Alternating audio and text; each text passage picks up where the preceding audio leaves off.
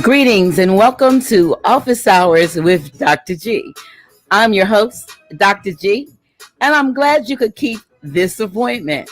Well, it's round two for tonight, second time, and I'm excited about tonight's guest.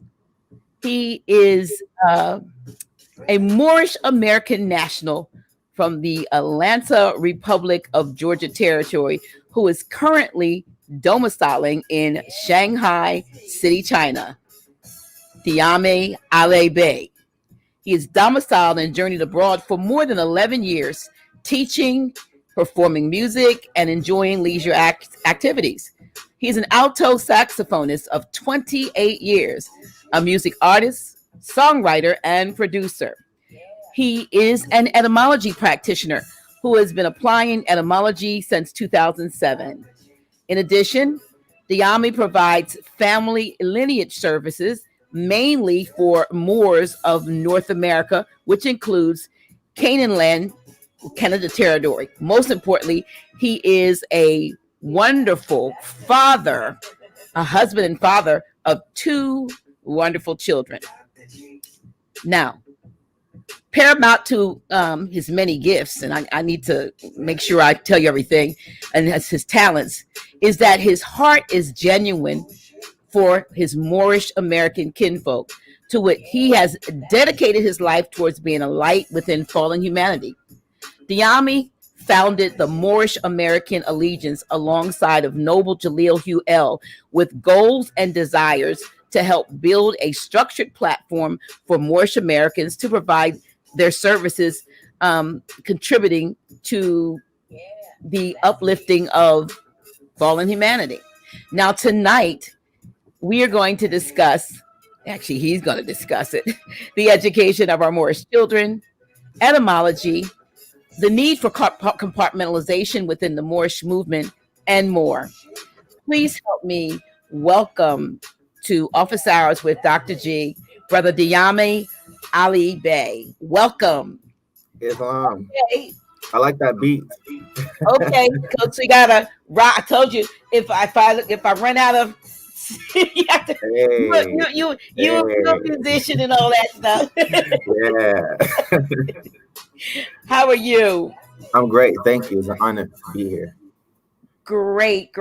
And I'm sure those who are listening, I want you to press that, to give me the thumbs up, the like, share. And if you're hearing an echo like we did earlier today, please let me know so we can make some kind of adjustments to tonight's sound system. But if you hear us all right, then fine. Listen, I am excited to have this brother on the show. It seems like we were supposed to do this last week, and we weren't able to do this. But I think I gave them. I redeemed myself today by doing two shows. So wow. This is the second show, but this was a show that we were going to do last week. And I'm so happy that you could take some time out of your busy schedule to come on Office Hours with Dr. G. Now you are an exciting guest, just like Brother Jaleel, who was actually on the show maybe a month or so ago. Because you have done what I'm starting to meet a lot of expats. Is it expats? Expat. Those are Moors. Yeah, Moors that are domiciling in other countries. And I know a lot of times, Moors will say, "Oh, this is our land," but all of it is our land, right? Absolutely. So, tell us a little bit more about yourself. I was stumbling a little bit over reading your bio because I put my hand over something. I deleted half of it. So I was trying to make it up. It happens. I was like, oh my God, you know how you delete, and I have this note thing that I put everything in. And when you delete it, it doesn't have a reverse. So I must have deleted something accidentally. And then I was like, oh my God, where is it? That's why I was kind of stumbling. But you're here, you can speak for yourself, and you can tell us a little bit about, yourself and what you what led you to start traveling abroad and domiciling as you have for the last 11 years. Tell us a little bit more about Dyami Ali Bey. Oh, basically you hit it right on the head. So it's good. You said everything. Just I am from Atlanta, as I mentioned. That's my hometown. My family's from there. I have some family in Chicago as well, but they migrated there. So yeah, I've been in overseas for 11 years. Started off in South Korea, Busan, back in 2009 January, and then I transitioned over to China 2012. Beijing was my first city in China, and then I moved to Shanghai a year later.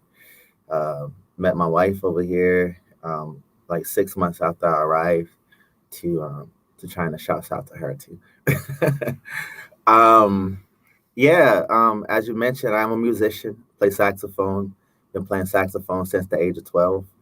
I'm a songwriter, write music as well. Also, I do hip hop artists. Anything that comes to music, I do. And I'm also a music teacher over here in Shanghai at an international school.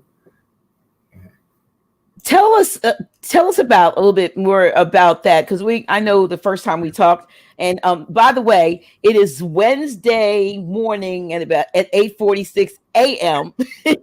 Absolutely. over in China. So it's yeah, so we have a 12. It's easy though for a 12-hour difference. It's harder when the differences are like 5 or 7 hours, because then you're Absolutely. in between. But you could, if you have an 8 o'clock show, we pushed it a little bit, to 8:30, 8:40. But Yeah. it's like, okay, it's in the morning, he's up. But if I had to ask you, could you please get up at 2 a.m. to be on the show, it may have been a little bit, you may have been a little jet lagged or so. So I'm glad that we were able to arrange this. But you Yeah. teach music theory, or do you actually teach various instruments? You said you're a saxophonist, but you're teaching at an international school in Shanghai. Now, Yeah. what exactly do you teach?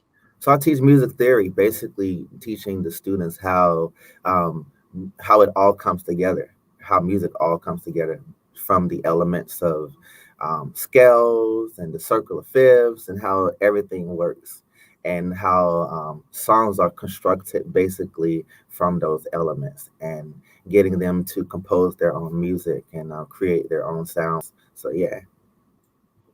So I'm listening to what you like, what you would get it, how it comes all together. And usually everything has a correlation in life. You can use music, I'm assuming, to even translate that into just say how we as Moors should be coming together harmoniously Right.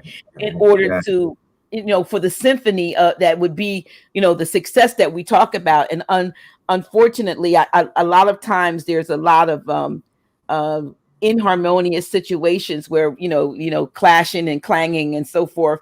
Um, from a standpoint of, there's so many, like the sister that I had on today, was talking about her particular process of one of the processes of many that's out there, and there were those who weren't in agreement, and those that wanted to know more, but she didn't give for some of them, A, B, C, D, step Mhm. 1, 2, 3. Mhm. And, we talked offline, and it's because, and we I did post her contact, but a lot of times there's things that you're doing that you can't really say openly, in order, because you want the process to continue, because we have to realize that we're talking to the world when we're Yes, on. yes, yes, When yes. You cannot say everything openly. Um, not everyone would get it. Not everyone would understand it. So certain things are better understood when you talk about it personally or one on one with someone. Yeah. So it's better to leave certain things unsaid. Well, okay, so we hear so much about China. I don't want to put you on the spot because you are over You're there. good. You're Yeah, good. okay, but a lot of times, especially with what's going on over here with the coming, with we're in an election year, and a presidential election year, and a lot has been said about China's involvement in this, that, and the third. But a few people that I've spoken to were quick to say, there's the people of China, and then there's the government that may or may not be the same. And I don't know how much you can or even want to talk about. But, obviously, to be there as long as you have, I'm thinking that there's some kind of maybe distorted view, maybe that we've been given, or picture that's been painted that may not be exactly as it is. Can you touch on that at all? Yeah, people are right when they say that. There is the government of China and there are the people of China. It's just like, at America, there is the United States of America, but then there's us, the Aboriginals, the Mhm. autochthon of America. So it's pretty much the same. The people, um, they have different dialects, different cultures within, um, different habits, also depending on who you talk to, depending on where they're from, just like anywhere else in the world. You have those who are ignorant of us, and then you have those who are really ignorant of us, to which they fear us. They don't want to be around us. Um, they stereotype us just like how we're stereotyped anywhere else in the world. But then you have those of us. Then you have those who want to be like us, and do everything that we do. Want to embrace our culture, embrace everything concerning us, except for embracing us. You have that. And then you also have those who truly wish they were us and talk like us, walk like us, um, swag like us, Mhm. want to be around nothing but us. You have that too. Okay, so it's broad.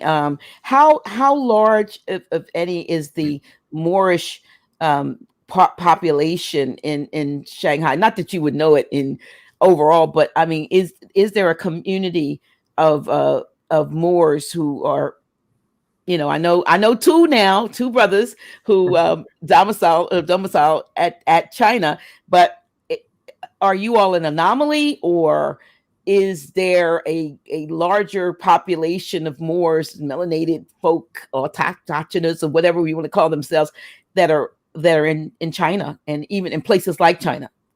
There are a good number of Moors here. As far as Moorish national, those who nationalize, not many.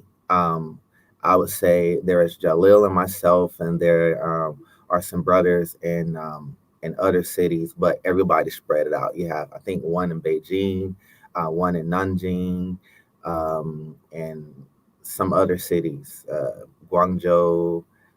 Yeah, but it's not many of us that are nationalized. I would say for those of us who are nationalized or are at China, perhaps about 10. But Jalil and I are the ones that are in Shanghai. In Shanghai. Yeah, Okay, at Shanghai. Well, right. and I see where, Jalil has, he was on the show and he talked about how he used fashion, he got into the fashion industry and has used that as a bridge, a means, rather, to bridge the gap, I guess, the cultural gap, between, I believe he said that there was a large population of from Africa that were Yeah. that were Oh there. yeah. So when they Oh don't, yeah. who did they well, who did they consider themselves to be? Africans. Okay, all right. Africans straight up, and wherever they're from, whether they're from Nigeria, Ghana, Kenya, you name it, they consider themselves to be African. And they consider us to be African Americans, you know. But there are those who know that we are Moorish Americans, but they won't say it publicly. Okay. Again, it'll be more so like a one-on-one conversation or a private chat, but openly they won't say it. I was talking to someone about that, and I don't know. I think the brother was from maybe Liberia or something Mm. like that. And one of the things that and it may be Liberia or Nigeria. But what happened was I brought up the fact that I had found out that many of them knew that we were indigenous to, this landmass, but that what do I want to call it? The story as it's been concocted and given out to us was very profitable for us coming back. I remember a friend of mine years ago going to Africa to I don't know whether it was Ghana, West Africa, and when she came back, she said to me, "I'll never forget how when I got there, these women we were washing these clothes, and they said to us, you might have heard this, we are washing these clothes for you." Like welcome. They have this thing apparently. Like welcome home. Welcome home. We've been washing your clothes for 400 years, and it gets to what I mean. It has become a great tourist draw and an emotional one at that. Because people want to belong. People want to know where they belong, which is a segue into the fact that you. I didn't know where this was going to come in, but this is a really good place to bring that in. The fact that you provide lineage and ancestral services, and I know you're going to do that for me, for instance. Absolutely. I'm waiting for you. I know you're waiting for. I know you're waiting for. I was hoping I had it done before today, but it's all good. I know it's not. But here's the deal. And some other people, some other listening, may have the same problem. So you a week ago asked me to send you certain pertinent information that you would need in order to do your lineage search. Yeah. And I'm gonna let you talk about it because I've got a big mouth. I'm just talking, but we just chat and they just listening to our conversation. Okay. So you asked me to send it to you. And I realized I didn't know it. I absolutely was like, oh my goodness, how am I gonna? My paternal grandmother passed away four years before I was born. I just found that out since you had me on this, looking for this information. So obviously I never knew her unless I knew her in the spirit realm, but I don't remember her. But she transitioned 4 years before I was born. My maternal grandmother passed away, transitioned 11 years before I was born. So there's two grandmothers that I don't know anything about. It's just and my mother never talked to my father about his mother. And the part I talked to my mother about her mother was her vague memory as a 7-year-old. You see what I mean? So I have actually literally been on a quest to find out and I want you to, I don't know if you can see this, but it's probably not showing really clear, but I want you to know that all of this stuff is stuff that I have gotten about my my kinfolk since we've spoken, and I'm putting it in some kind of decent, I'm learning stuff and I'm putting it in decent, in some kind of order. And I'm marveling at the same time that, hey, I didn't know this. I'm 65 and I did not know this. I didn't know why did I know my great grandmother, and it didn't make a lot of sense. My great grandmother, paternal great grandmother, was alive and I was old enough to remember her. But then I realized I have one living uncle. My mother's one brother is living. He's 86. I called him and he's very cognizant. And he was so, and I'm saying this to the people, he was so excited that I called him and wanted to have this historical. He was so excited to tell me, to pour into me. The only thing I wish I had done was turn the recorder on, because I'm typing in this because I'm trying to get information for you. Yeah. Right. But my 86-year-old uncle, who I look almost exactly like, because I did there's this thing called name tests on Facebook. And I remember a year or two ago, it says, take your picture. Do you want to know what you look like the opposite sex? And you say whether you're a female or male. Well, I did it. And I'm morphed as the opposite sex and older, not just the opposite sex, but older. The picture that I morphed into is identical to my living uncle. So much so that when I sent the picture to his wife, she thought it was him. It was me. Whoa, amazing, Scary, scary, scary. But amazing. it's my uncle. But what I wanted to say to those who are listening, if your ancestors, your relatives, and especially the older ones, are still with you and cognizant, because my father is in the nursing home and he has Alzheimer's, and he's not well, but he's hanging in there. They gave him up in on August 15th, and he's still here. So Yeah, I talk go about there, that. go there, and actually, it's just start talking about your history. We don't know what kind of energy will transpire once you hear it. We don't know, because it's kind of like the ancestors are speaking. When certain things are being revealed to us. Mhm. So there's a quote in the Bible, if I'm just paraphrasing it, about like how words go out and don't return void. Like anything that goes out don't return void. Yeah, and Right. so it's like nothing that hits the atmosphere realm returns void. So something definitely potentially could be done. Um, I started doing this a few years ago actually, but I started with myself first because I had that hunger of wanting to know who I am. And this has been a journey since 2000 and 2005 when I left the church, because certain things just didn't make sense to me. It didn't click. And it's amazing what the Almighty do, the ancestors do. They take what you know how to do or what you enjoy doing, and they just help you to edify it and grow in that area. Because I was a searcher, I was always a searcher. I'm a curious person, want to find out this, want to find out that, spent my time on the internet all day all night just looking at stuff, looking for music, looking for whatever it is that I was looking for. And they helped me to use that skill to start digging for my own information about like my family.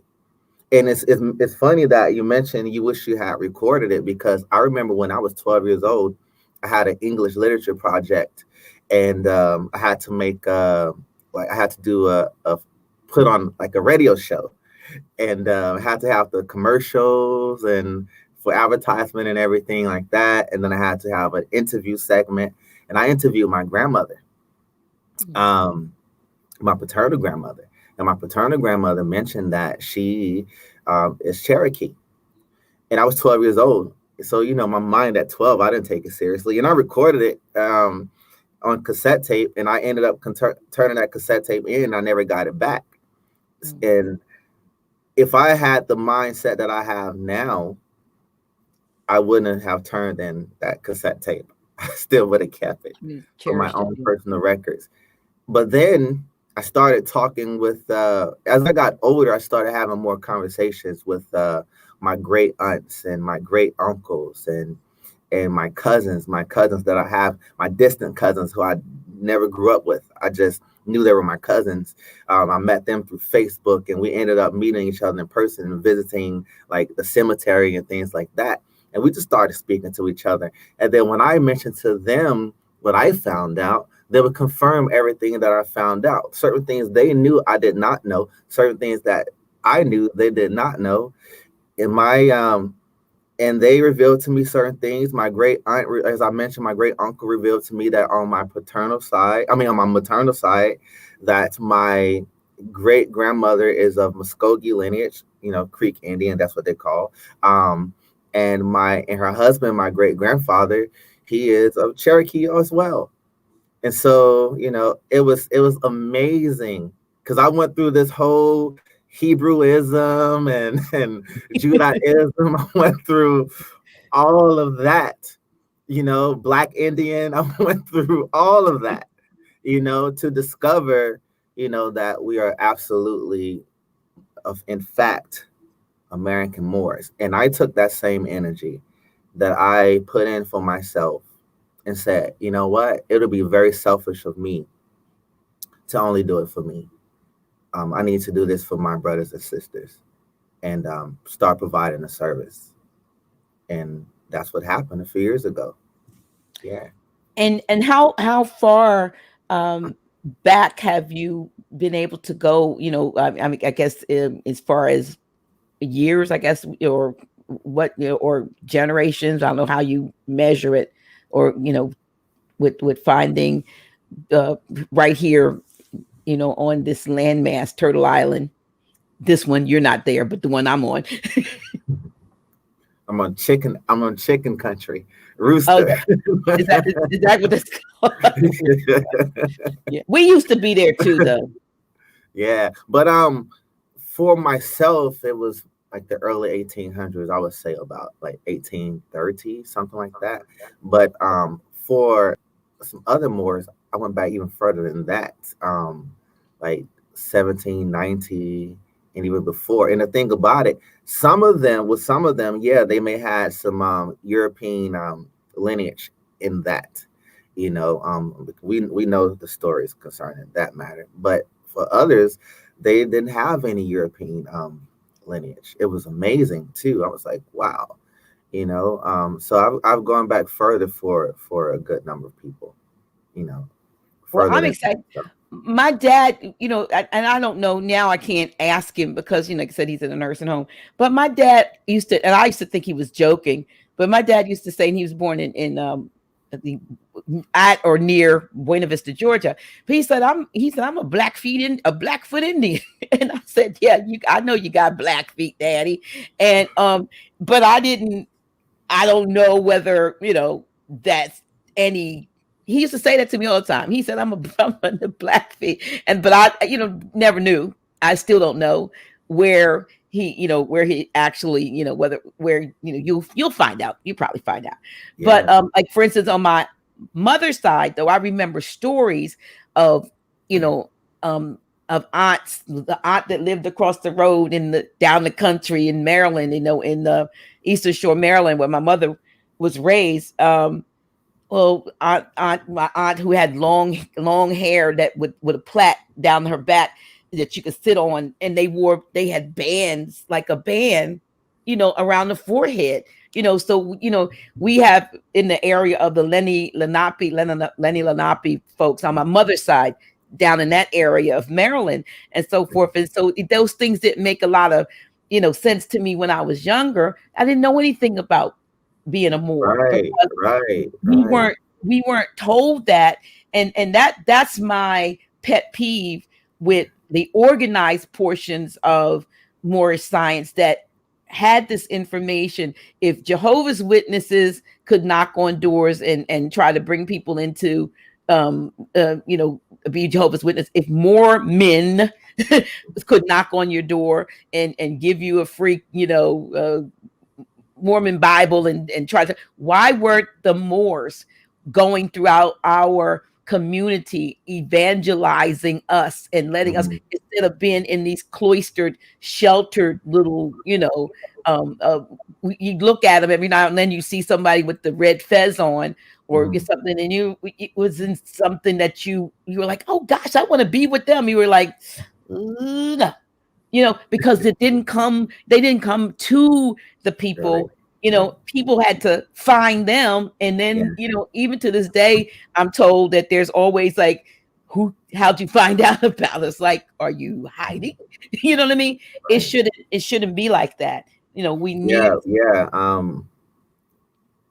Yeah, it shouldn't be. And what I was going to say about that, it kind of make people almost afraid to approach us too, because there are Moors who have the mentality of that they're untouchable, they're like non-approachable or whatnot, and so people don't want to have anything to do with them. But I hope the people that are listening, that someone say, hey, you know what, I could be the beacon of light to go and start and rally up my kinsmen, and so that we can start knocking on doors of our people so that we can start evangelizing to them. We can order some the Holy Quran by Noble Jaleel-Hu, and we can start passing them out. We can start Chapter passing 7. out little pamphlets. We can start passing out the Zodiac Constitution or the Divine Constitution and bylaws. That would be great, because it would give our people more things to look at and more things to look for than sitting on our phones and playing games and listening to the garbage and filth that we're used to listening to or looking at on television and radio. So I hope that whoever is listening to this, take up the opportunity to start doing that in your communities. That would be great. It goes back to something I talked to you about.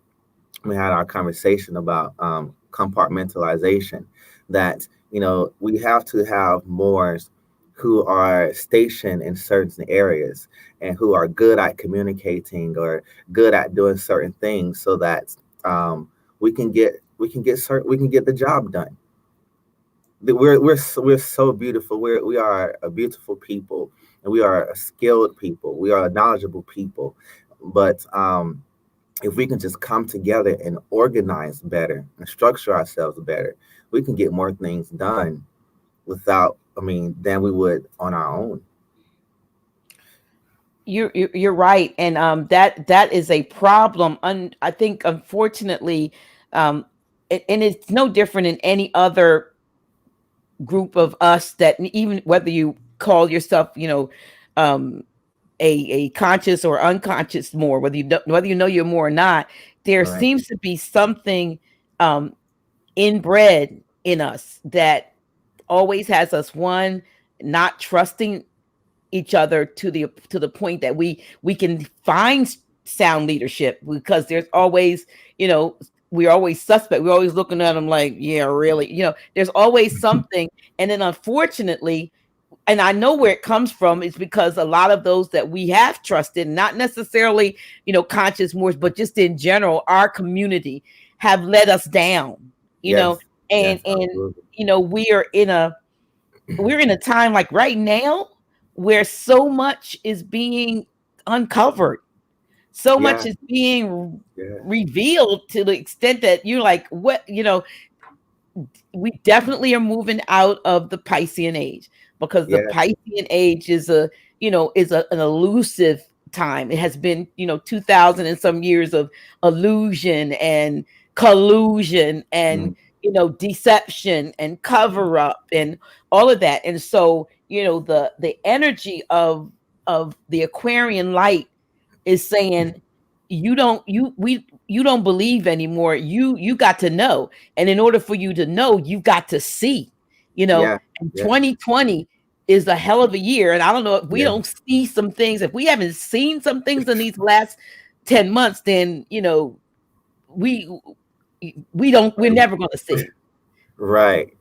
We're absolutely never, ever going to see. And so that's the part that gets me, is that, we are complaining. We know, in Philadelphia just yesterday, and I don't know if the news gets all the way over there to China, but just yesterday, a young man in his 20s, I don't know what the situation was, I don't know, but apparently he had a knife. He was wielding a knife and he wouldn't put it down. And somebody videotaped it, they were saying, and the police are telling him to put it down, and he's running around with this knife. And next thing you know, shots go off, and you see this young man get shot right there in the street, in Philadelphia. And people are, saying, you didn't have. My thing is, I don't know what he did, but I think you could have shot him somewhere if you had to, like in a leg or arm. You could have done. They didn't have to shoot the young man dead in that many times, because It's not like he had a gun, and not like he was probably one of these marksmen could throw the knife. But it just shows you, how we are treated and pushed to incite. And so now they're tearing up Philadelphia again, right? So in response to this, they're tearing up, but then there's some, believe it or not, who actually will profit from that kind of. I'm not saying they set him up being shot, but they will use the opportunity to get people to act unseemingly, which brings about no results whatsoever. On the other hand, if we were knocking on doors, I'm going back to that, and telling our young people and our old folk who they really are, locking arms and trying to figure out, like you said, and I want you to talk about more spring, the skills and the gifts and the different things that we have, or the talents that others have that they want to deposit into some young people so that they can now get something other than, a bag. You know what I mean? Right. If they can get a bag, people when they talk about the bag now, it's like getting paid, but get it by means that doesn't, have them in the crosshairs of rivals or the policy enforcers. Right. What do you see as, a way of bringing forth unity so that we can save I had Shabir Bey on a couple weeks ago, saving our sons. His son is one of the 400 and some that was murdered in Philadelphia this year, just in August, 10 times, and by someone probably that looked like him.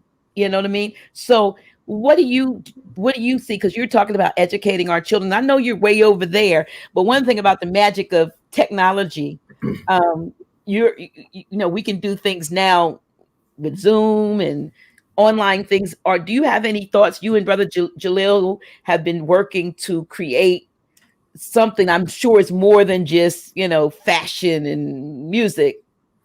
It's education. Right. I know, and let me correct this with education, because we do know that it's erudition that we need, because education is, what the Gates and Foundation and so forth, Frederick Gates and the other guy created to train us. We don't need to be trained like animals, but we need to obtain our own scholarship. So what is it that you all are doing to, or have put together or putting together, that might help to address that? Yeah, we're trying to put together, number one, to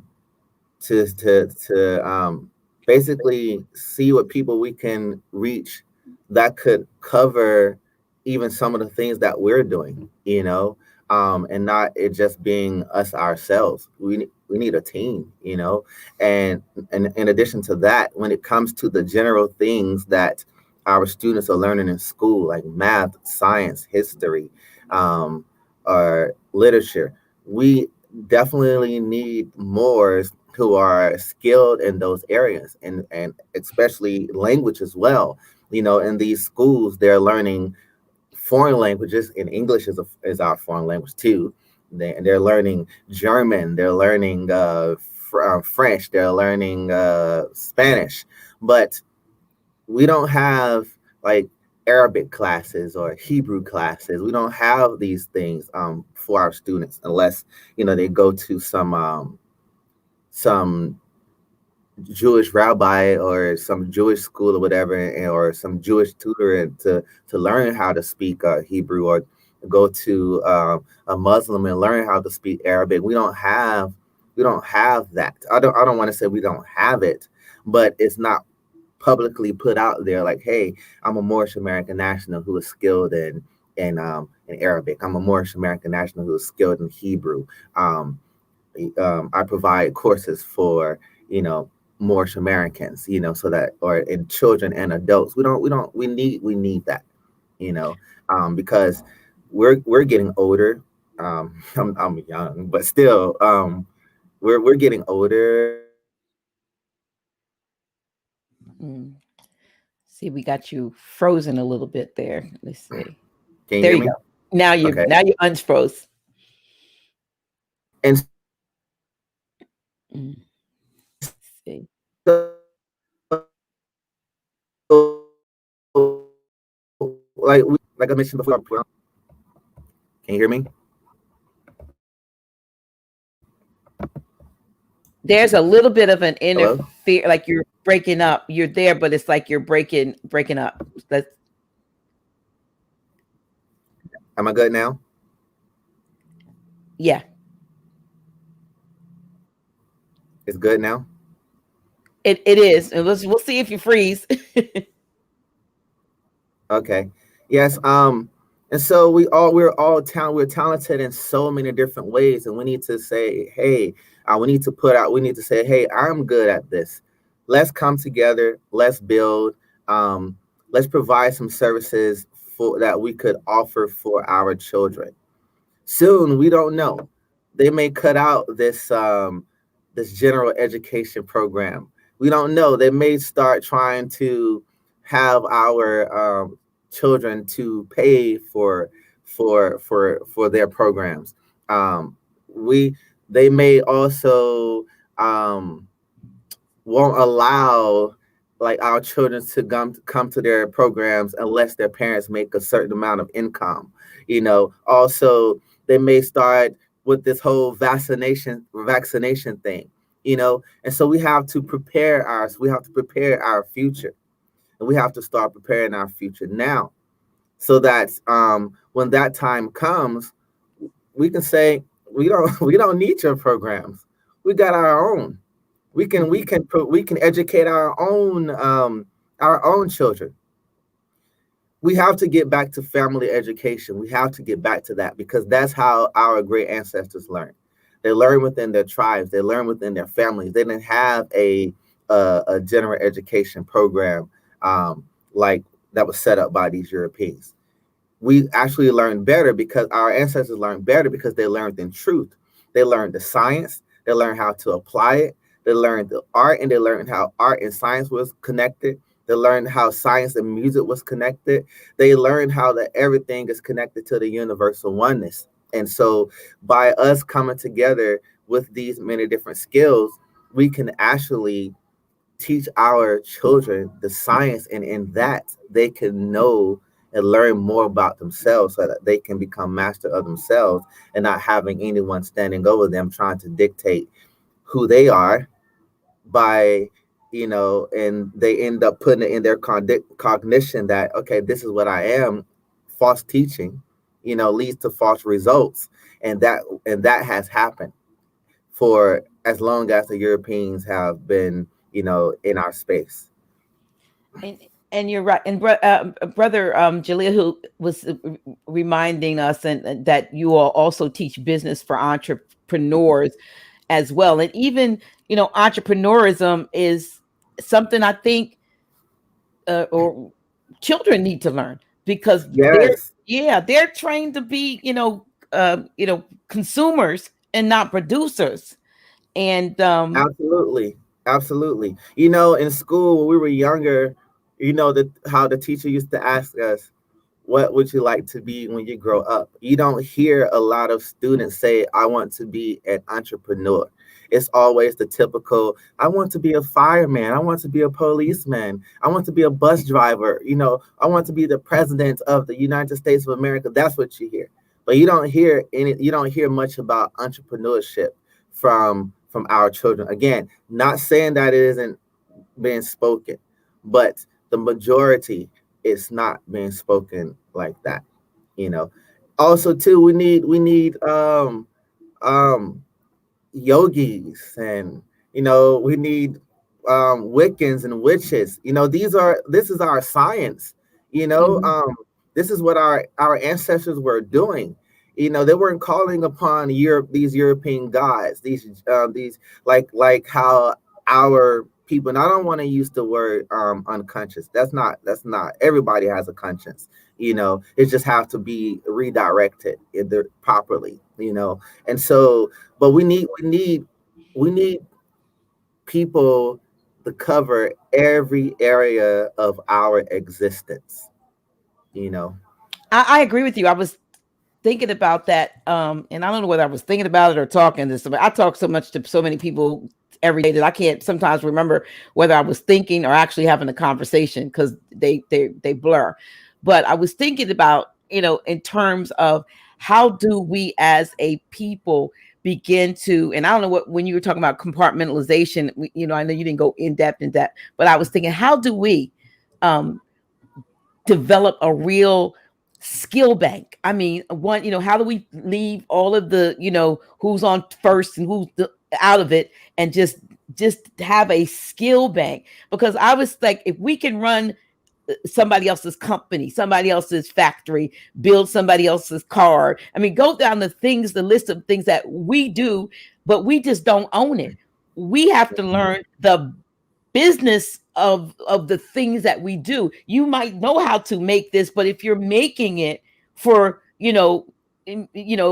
him and not for you and us, then you're still always, you're never going to get the true value of your worth, and you're never going to direct, the profits or whatever are never going to go to uplifting fallen humanity in the manner in which the prophet, said that we should do. So how do we start to get people to thinking, who are maybe working and not producers? They may be, consumers, and they work for they have a job, as Grand Sheik calls it. How do we get people to say, take an assessment, a self-assessment of who they are? Like, write down who they really are and what they can do, and what they do and what they like to do. Because a lot of times people don't, they're on autopilot. So they don't, if you have to sit down and think about something and put it on paper, it makes a heck of a lot of difference. You know what I mean? So with the children, of course, I'm flipping, but with the children, it came to mind that it says that the first 7 years of a child's life are the most impressionable years, which is why one of those Catholic folks said, Pope said, give me the child for the first 7 years and I'll show you the man. In other words, I will shape and mold him or her in those 7 years. And that's the time, the most formidable time. And we see it. I think now it's probably a shorter period of time, because you got 3-year-olds and 2-year-olds that are so far advanced that, by the time they're 7, that's what you need to catch these babies as they drop out the womb. As a matter of fact, let me back up. You need to be educating them while they're in the womb. The mothers need to be, playing certain music or not, and not crazy stuff, and speaking, if you want your child to learn other languages, if you can't get the language tape, then play the language tape so that your unborn child will hear the language tape. With my children, thankfully, I do my music in the compartment of my home, I would say, for lack of better words.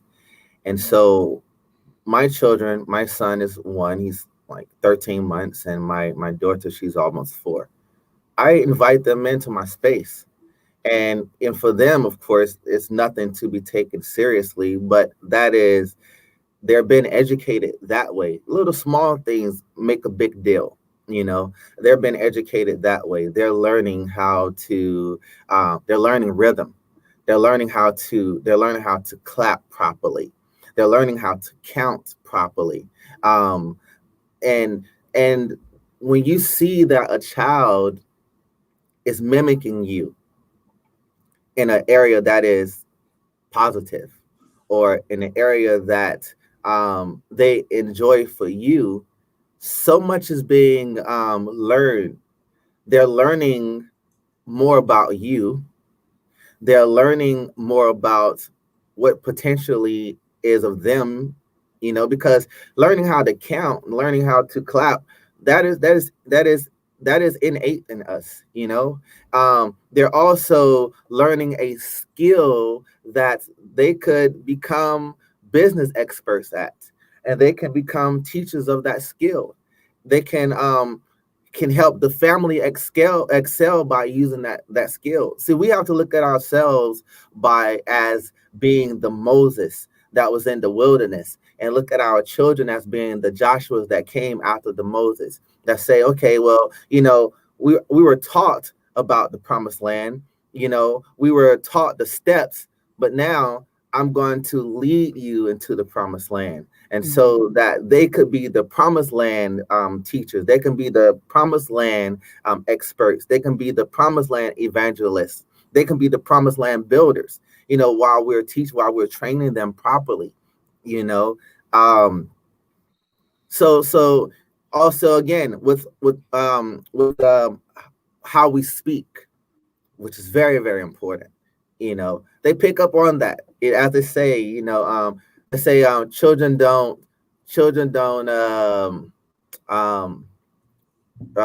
repeat what you say, they repeat what you do. No, they repeat what you say and what you do. you Absolutely. know. And so by us retraining ourselves by the way that we speak, picking up some languages like Arabic and Hebrew, or Spanish even, and start speaking it around the home, our children will pick up on that really, really fast.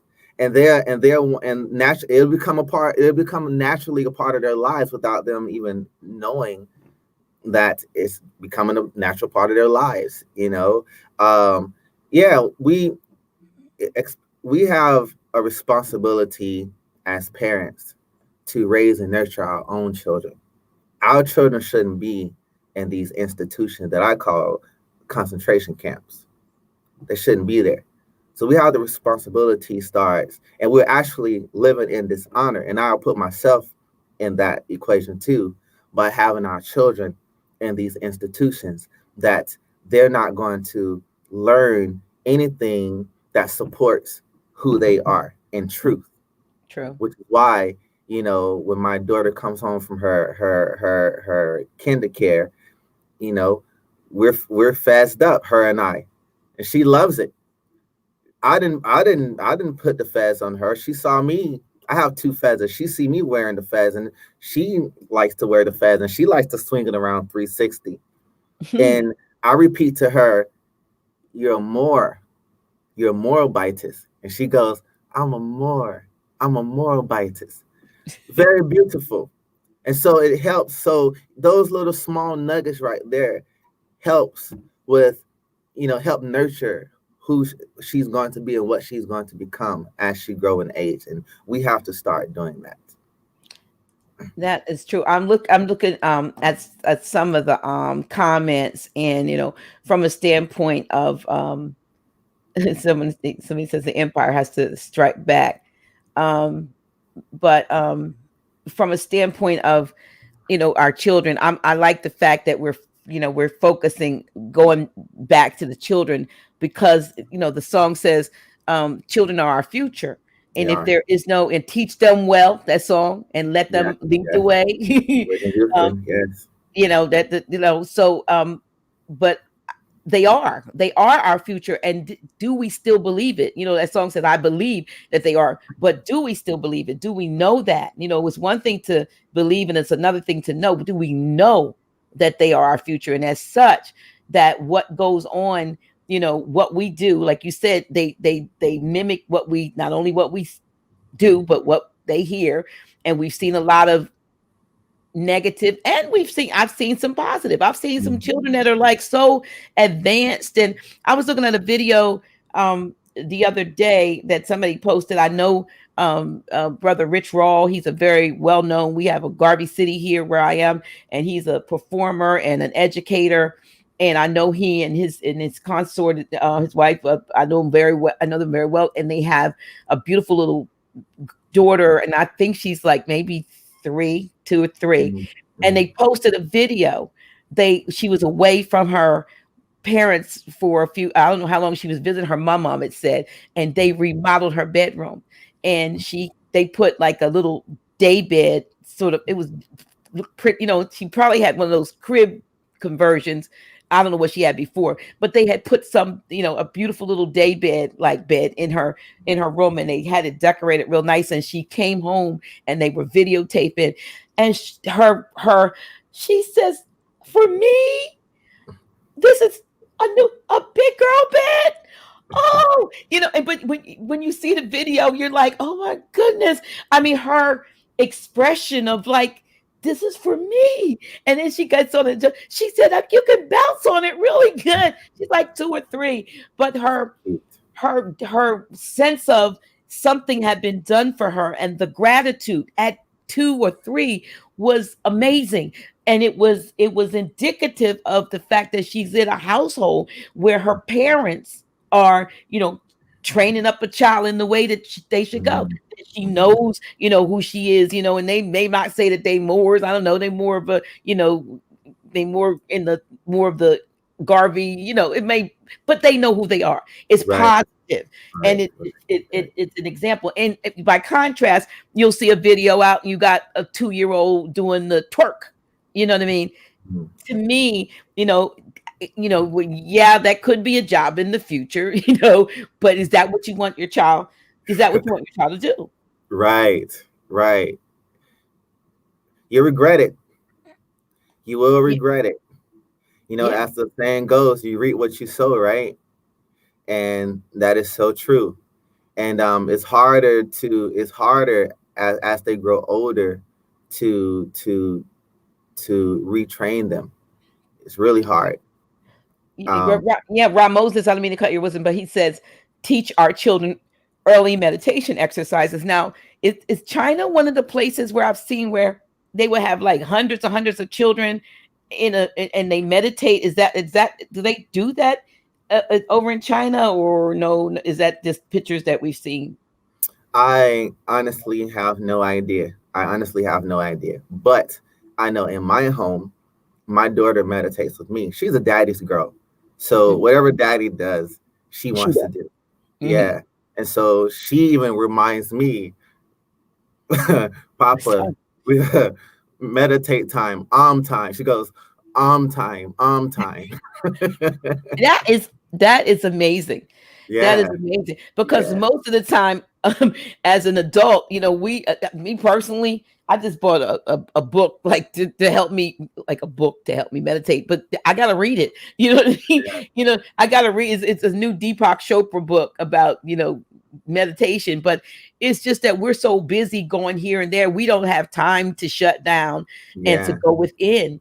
Yeah. And Yeah. I know meditation is kind of hard for a lot of us. Like for me, sleep is hard sometimes because when Yeah. I lay down, when I put my head on the pillow, finally to go to bed, I it may be an hour while I'm wrestling with thoughts, Yeah. and I'm the same. I'm like, get out of my head. I'm the same. That's why I got up early today. I got up about what 4:45, 5 o'clock a.m.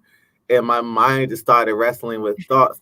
Actually, I wanted to finish shouts out and honors to Taj Tariq Bey, the Amir, because I was actually wanted to finish watching the self-government video. Self Um, governance. Yeah. right. And because I've been watching it for the last couple of days now, like, and every time, and I'm a very slow watcher, so I watch everything to dissect every little detail, so I can comprehend and understand. But when I got up at 4:45, 5 o'clock, I was like, yeah, I want to finish watching this video. Should I? Um, Let me check my email right quick. So I checked my email and then you messaged me. And then my energy just shot up. So I was like, okay, I'm up now. What do I need to do? Oh, music. I need to work on this. And my mind is just like that. Yeah.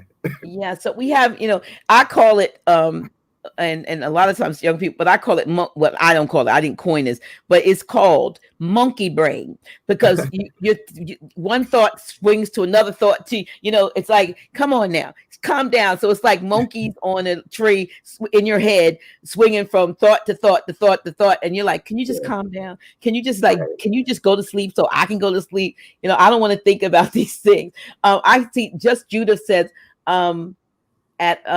She says, I read to my son in the womb and played soothing music that he remembered after he was born. Um, Mm, and you know what? This is like painful, but how how how much children, babies in the womb, are cognizant of what happens in the external life, that they're still living, and people are upset because this new chief justice is going to probably um rule in favor of babies' right to life. Like, suppose somebody had decided for us not to come in. Can you mm, imagine? And if it, I think everybody should have the right to life. You may not want to raise what life you brought in, but you don't have the right to take it out. You know what I right. mean?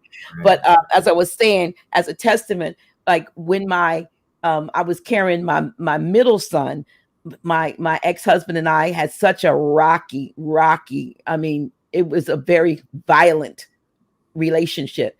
Mm, And as a result of it, now my son is a beautiful 45-year-old, but I realized that a lot of what he went through and ended up, one of those what they would deem hyperactive and all of that, a lot of the trauma that he experienced in the womb played out, in his life when he was born. And I also had, I was married twice before, and my last child, my ex and I had, it was volatile. You know what I mean? It was volatile. And I remember in one heated argument, he said to me, "I hope the baby dies." It was in a, da, da, da, da, da. You just say something crazy. We were separated. Well, she was born, and she was, of all my children, she's the only one that was healthy and weighed the most. And at 7 weeks, she died a crib death. So, and I'm saying this to say, perhaps she had a feeling of I'm not wanted, because they hear, they feel, they sense, you know what I mean? So it is so doubly important, is more important, I think, for us to be careful. If we're in a volatile situation and with child, we have to think about, mama, you're not the only one going through, but your child. Your child is experiencing when your adrenaline goes up, when you are stressed to the hilt, or when you get hit or whatever. Those when you decide you want to take a smoke or a drink or a hit of something because that's what you feel you need, you are affecting your children. And a lot of times I don't think people give that much consideration because there's so much been given, so much been put out there that, well, they're not really babies until the third, no, they're human beings at the, conception, and the heart, they can find heartbeats at an early part of age, early, and so as soon as that brain is cognizant, and that brain, I believe, and you see the brain's kind of there, it's like early, the big head. So that brain is there picking up stuff early on. And I think we have to be real cognizant. Not, this is to mothers and to fathers, because a lot of times it's fathers that stress mothers, in that situation. And they can't do anything. They try to protect the baby. They don't want, to get hurt themselves, but they can't sometimes control their own emotions that they feel as a result of be it the external stress or abuse that they're going. And I'm telling you, in my own life, there's nobody can tell me that those two incidences weren't brought about by external things, and that those babies were cognizant. I'm not wanted, or this is a crazy situation I'm about to go into, and mommy didn't know it was mommy, but I don't know if I want to go out there. You know what I mean? So, and so I just want to say that, people need to really, think about that. And that's why, I've done some things, you know what I mean? And that I regret, a lot of women have gone down to that place that they put in the neighborhood and say, if you made a mistake, we can fix it here. But the regret of the great mind, the great deliverer, the great contributor to what could have been, it never leaves you. Right. It absolutely never leaves you. Yeah. So I know that was a little kind of somber segue, but no, it actually, it's what needs to be discussed, and it's what needs to be heard, because what we do, it does affect not only ourselves, but it affects our upbringing, and we really truly need to start focusing on our upbringing. I've been teaching since 2005 after graduate school, and I've been teaching internationally since 2009. But I've been teaching other people's children. You know what I mean when I say other people's children. Mm-hmm. I want to, outside of my, biological children, I'm teaching our Moorish American children. And it would be great if we had Moorish Americans would come together, with the skills in the areas that I mentioned earlier, language mainly, language firstly, science and math. We need numerology teachers, etymology teachers, you know, um, Astrology. astrology teachers. Yeah, Yeah. we need that. We need that so that they could. So it will make math more enjoyable. It'll make science more enjoyable. Because it help all of that goes together with studying self and with knowing self, and you can't know anything else without knowing self, and we have to get back to that. So if anybody that is listening and you do have skills in those areas, definitely please, please, please contact me, because my heart is specifically for the children, and this is what it's all about. I have been running the Moorish Spring, but I will put your email um, to the Moorish American Allegiance, right? Right, right, Which is right, at right. the www. Morespring.com. Yeah. Yeah, but I Um, know that your personal email. Do you want me to put that out there? What I would love to see is that we start. I don't know who will do it, but that we start pooling and start cataloging, like I said, the skill bank, because Greshik said this to me. He said the whole value of their system, he said, is your labor. mm, So the system is built on our labor. So if you're the value, what you're getting for what you do is nothing compared to what they are gaining as a result of what you do. So if yeah, you do it for someone who disregards you, and and whose only intent is to drain you and then discard you when you're no longer useful because you're like cattle, running through then it's time for you to take what you have and preserve your energy and preserve your legacy by yeah, putting it in a place okay, their bank is draining us. So we yes, need our own bank. And when I yes, say bank now, I'm talking skill bank. But that yes, bank of skill it could be the banking, if you, in a sense, you can, as people are saying, bank on yourself instead hmm, of, there was times when we didn't have the ability to go into their schools and so forth. And it seems like segregation, desegregation, caused them to, a lot more of them went into private schools, and they're like, okay, if the ones that can't afford to put their children in private school, they just gonna have to get this dumbed down, watered down BS that we mm, gonna give them. They want an mm, education, so we gonna educate, we gonna miseducate, we gonna misappropriate, and we gonna give them exactly what we need to get what out of them, what we desire, and no more. That they're, even their language says, we're not trying to make doctors and scholars and this. They're not trying, but it didn't matter, because it's in our blood. It is yes, in our nature. yes, It was the scholarship and all of that of who we were that lifted them up and allowed them to absolutely, absolutely, overthrow. And maybe it happened because we, had, we just couldn't get ourselves, we couldn't be cohesively working together. And so when people see cracks in the armor, when they see they ain't got it together, all right, look, here's what we're gonna do. We're gonna exactly, organize. Yeah, exactly, we're gonna exactly. establish some stuff. Here's one of the things we're gonna do. We're gonna always present ourselves as an organized front. And what I'm saying is, you might not agree with what I say. In the background, we can hash it out, but in the public, we're going to present ourselves as an organized front. We're never ever going to be out there cutting each other's throat in the public eye. We're going to seem like we're bigger than, larger than life, and it's like these little ants, like the Bible says. We went to see the promised land, and there were giants there, and they said, were grasshoppers in our sight.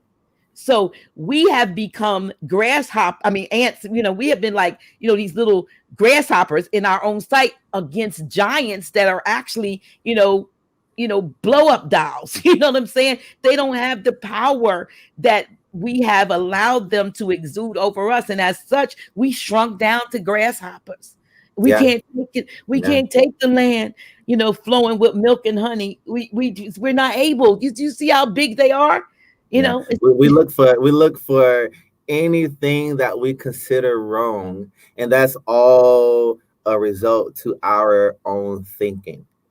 That's all a result to how we feel about ourselves, you know, and that's where it all starts right there.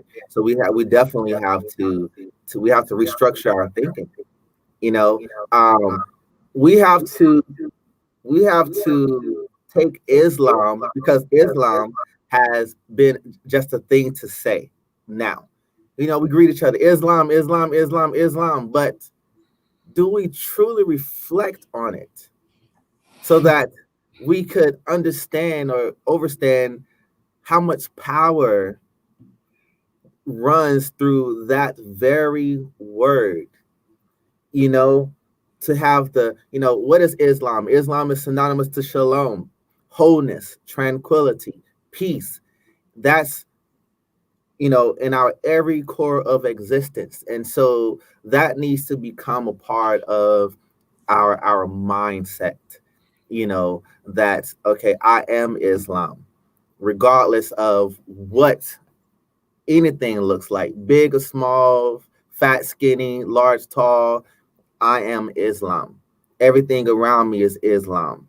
And so we have to get back to that mindset and start meditating even on Islam.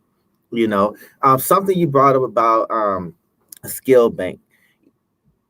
Actually, we could have a skill bank fair. okay. We can actually have a skill bank fair, just like how there is a job fair, these job fairs, where everybody come together. It could be virtual, it could be at a location, at a set location, and we come together and we present an exhibition of our skills. And I guarantee that people will show up to that, because, again, as you mentioned before, people want a place of belonging. They want a place of where they can feel that I'm worthy, or I have a skill that could be utilized. And so, but there are people who don't know where to go. They don't know who to talk to. And if we put it out that, hey, we're having a skill bank, just like a skill bank fair, people will show up, you know? I there are people, putting down. I see a couple of sisters have put down where they have an interest in starting school, online schools and different things for those, for children and various things that people and if there was, I don't know whether you all at the Moorish Americans, brother Jaleel, who is in the feed too, and so he's responding to some of them. Islam, brother. So I don't know whether the Moorish American Alliance would want to be a depository for people contacting you to say, I am XYZ person. My skills are this, and this, and I want to offer them to some part of uplifting fallen humanity, and how to contact them. And there might be a way, if it's put into the database the right way. And I tried this years and years ago with a newspaper that we did here in where I domicile, called it was called Drumbeat. And I named it Drumbeat because the drum used to be the Habari Ghani. We were like, what's the news? And the drumbeat was usually, the drums were used in villages to send messages. And so then I created an organization that never got off the ground, called Glue. And Glue I'm like the queen of acronyms, and it stands for Groups Laboring United for Empowerment. What is the glue that sticks us, keeps us together? You do this, I do that, but when we become united. And what the purpose of the time was, because different events would be going on, and sometimes they would conflict. But if we had a place where we were at that point depositing into this Glue database what we were doing, and when, like a major calendar, we could start to support each other instead of being on top of each other, like, oh, I can't come because I'm having something and that's my annual day, and we don't.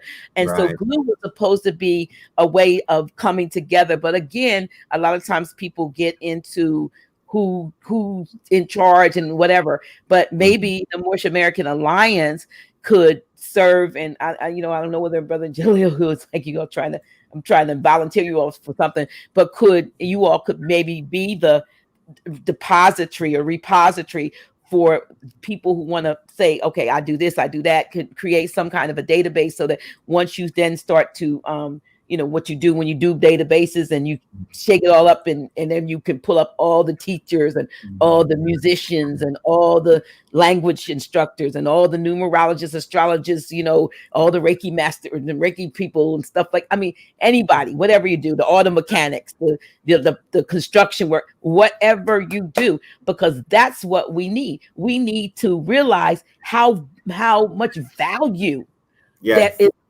already been vested by the Most High in our people.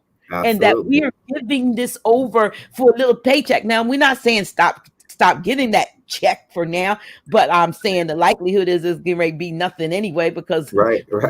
He said, better get yourself some silver. But anyway, but what I'm saying is, but still, we would have a resource and a way of contacting, and I would even go so far as to say that we have physical addresses also, or wherever they are domiciled, where they're at, because we don't know if and when this system that we rely on, that they created, is going to be shut down. They're shutting us down now. They are blocking communication. There's certain things they don't want us to publish and say. You know what I mean? If it's contrary to their current agenda. So we got to have a way of getting back. We have to learn how to meditate again and communicate in the ether. Yes, we have to learn how to send messages. Yes. Yes. We have to learn how to send messages to one another in ways that surpasses electronic devices. We have to, you know, it's time. It's time. We needed so much that I look, here's somebody says, I'm a contractor, aromatherapy. Listen, I know I got you on the spot because both of y'all are on here. I mean, can people email, or can they contact you all? Or I do have Brother Jaleel's email. I don't know if he want to be inundated, but is there something on your website where if a person can you develop something where people can put this information, you know what I mean, and this begins to get collected, so that and it's not to have any control over anybody. It's just to say, look at who we are. Yes. And look what we got. Now think of what we could do. And so if it means giving an hour of your time a week without getting a check for that you're investing into your own people. Absolutely. Imagine. You don't have to give 8 hours or whatever, but just an hour or two a week that you give to that. And so that when we start to put this together, you know what I mean, that we'll be able to really build our kingdom, build our nation. I mean, to me, that's the only way we're going to do it is through the strength of unity. Like I said, they present themselves as a united front. And I know. Go ahead. Yeah, and I know, because as I told you before, this is how I learned about nationhood, just by being at China and how they protect each other. They may fight amongst each other, but when it comes to nationhood, you better believe that they were, no matter if right or wrong, they will look after each other before they look after you. That's how that when it comes to China, they stand strong together as a nation. Another thing too, even in these other international communities that are here, you have the French that have their community, you have the Russians that have their community, you have the Filipinos that have their communities. Everybody have their communities except us over here. Everybody have their communities except us anywhere, outside of northwest of Mexico, and so we definitely need established communities. We definitely need because like I said, we all got skills, and definitely that is something that Jaleel and I can can can work on for sure, Yes, and we will. one brother David Bay said that you could create a CRM form on the website to collect each person's details. So I said to him, was he volunteering to create it? But maybe you all know how to do that. But I mean Yeah, that's then tell him, because to contact me too. Tell yeah, tell see, it's tell brother making us David. yeah, it's making us think. I do have Brother Jaleel's email. I don't know if he wants me to put it up there, but actually have it. Is yours like the same? It was. You can look at your private chat. I sent you something. Oh, okay, okay. There we go. Oh, okay. Here we go. I'm going to bring that out to the front. So, it's important, but what's happening is people are thinking, people, this is, and that's what I wanted to share. I'm about to start, and this is what I found out that other people have done to be successful. They have what's called mastermind groups. Mastermind groups are based on the teachings largely of Think and Grow Rich and some of Neville Goddard's teaching.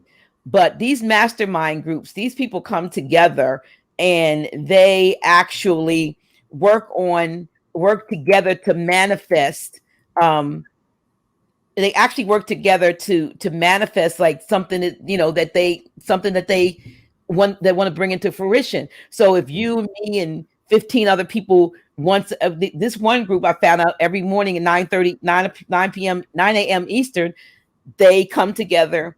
They have a manifesto, a creed that they read and share. They're very, very positive. The different, if you're working on a business and this person is another, they support everybody's. Yes, Dyami, that project of yours, that is excellent, and it will manifest. And so they're giving everybody the what, and then they report back. But they do this consistently. This group's been meeting for 11 years, and they're masterminding businesses. But this is how the great Henry Ford and these people like that, they always had mastermind groups, like-minded people who would pump each other up instead of pulling each other down, and everybody's agenda or everybody's project, everybody got supported with positive energy flow. It's called mastermind. So I've been thinking very strongly. I'm studying it, and a friend of mine brought it back up to me, Sister Deborah Thompson Bay in Little Rock. I went to visit her last year. This time last year, I was in Little Rock. I was just coming back from Little Rock, and she wanted myself and another sister that went to do it. It's the three of us. But a real mastermind group, you need more than 3 people. You need a group of enthusiastic people who are going to be consistent. And then, like in our case, what would be one of the group dynamics would be the nation that we're trying to build. Now, within the nation, right? Within the nation, there are individual thing, you're what you're doing and da. But what all we do contributes to the main thing is the building of the nation. I was and this is, I always bring this up with anybody that I talk to about this, is that we have to study how the 12 tribes of Yasharal, called Israel, we have to study how they operated. You had 12 tribes, for the nation, and every tribe had an assignment, and it was for not just for the embetterment of the tribe, but it was for the embetterment of the nation. And when they worked together, they were flourishing. But when this tribe had an agenda, or this person in the tribe had an agenda, that's when the enemy came in and destroyed everything. And so we have to study that and have that mentality so that we can move like that, because there is no sense where this person is way over there and this person is way over there, and they're doing things individually, and we can take those skills, compartmentalize, have our departments, and grow and build together, and we can flourish. Absolutely. And I hope those of you who are listening, and I'm excited because of the comments that I see. I mean, this is like one of the one of the most positive shows that I've done, because I'm seeing the positive response of those that are listening and viewing this. Because a lot of times you just got to do something to set a spark under somebody. You know what I Yeah. mean? They're Yeah. sitting on, with its acres of diamonds. I always go back to the scriptures every now and then, and it says we have this, and I said this earlier, we have this treasure hidden in earthen vessels. And what's that mean? That means that everything that you really need, you already came equipped with it. Yeah. You just gotta go digging. You digging outside of yourself. You're looking for the answer in somebody else, and the answer came with you, in you, and it's Yeah. hidden there. It's the pearl of great price. It's in you. It's not that it's not in, me too, but mine is in there for me to find. Yours is in Yeah. you. If you can't find your own, you can't really appreciate anybody else's. It's like, oh yeah, we all got pearls, but with the value, when we bring it together, we make the beautiful necklace. you you Absolutely. you might, Absolutely. who wants a pearl necklace with one pearl? I mean, you can, but you want a string of pearls. You know what I mean? Yeah. It takes, Absolutely. our own banks, our own, and our own banks backed by silver and gold. Not our, Yes. we don't need to make another fiat system. Yeah. Whatever we do, it needs Right. to have lasting value. Yes. It needs to have Yes. it needs to be sustainable, and it needs to be based on our own terms, and not on, we don't need to go through, like that, loop through their system we already know how to do it. We just, Yeah, I and that's think we're different afraid. passion anyway. So You think we're afraid? I think we're right. afraid. You know how it is? It's like people are afraid to step out on their own, because with that stepping out, it comes a responsibility, and we become accustomed to, healthcare, this care, vacations. We can't.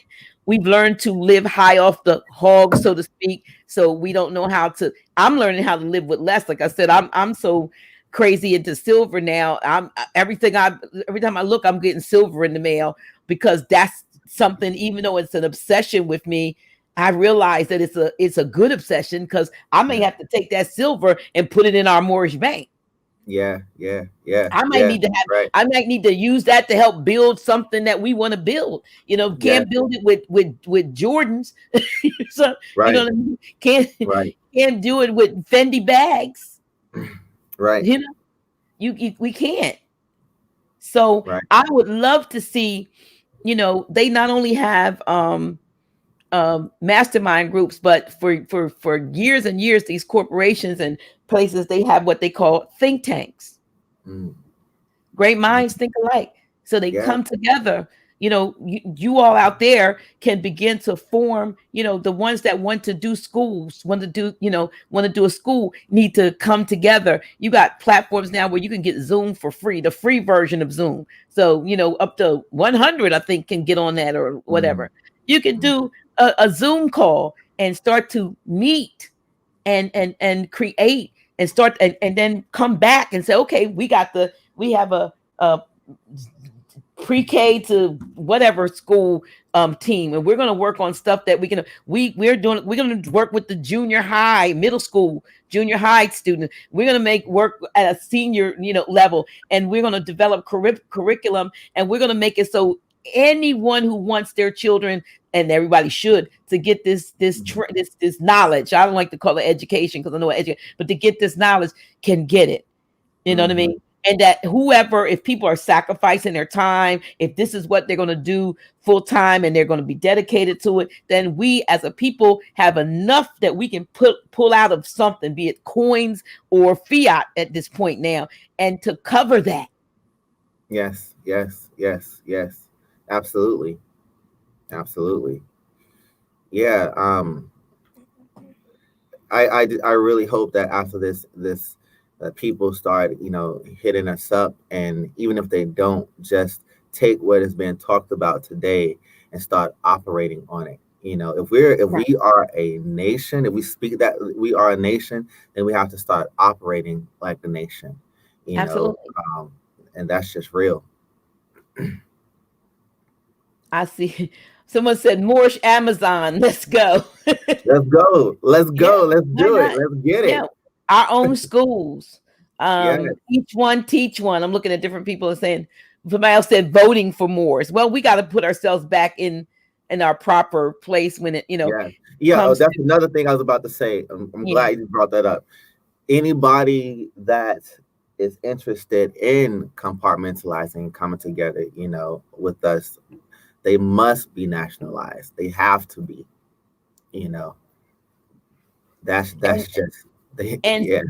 and there might be assistance, that is provided for those who, because there's still every now and then you'll see someone and they'll say, I don't know what to do. I don't know how, to do. So do you all on the do that with the more spring, or But is that help something? people nationalize. Yes.